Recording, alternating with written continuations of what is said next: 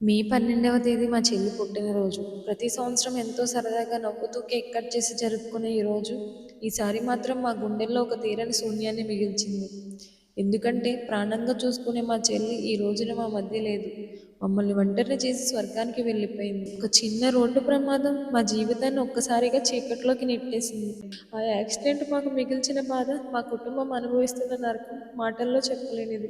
ఈ వీడియో చూస్తున్న ప్రతి ఒక్కరికి చేతులు జోడించి ఒక్కటే అడుగుతున్నా, ప్లీజ్ రోడ్డు మీద వెళ్తున్నప్పుడు నిర్లక్ష్యంగా ఉండకండి. వేగం కంటే మీ ప్రాణం చాలా ముఖ్యమైనది. మనం ఎంత ఏడ్చినా వెళ్ళిపోయిన ప్రాణం తిరిగి రాదని నాకు తెలుసు. మనకిష్టమైన వాళ్ళు దూరమైనప్పుడు కుంగిపోవడం సహజం.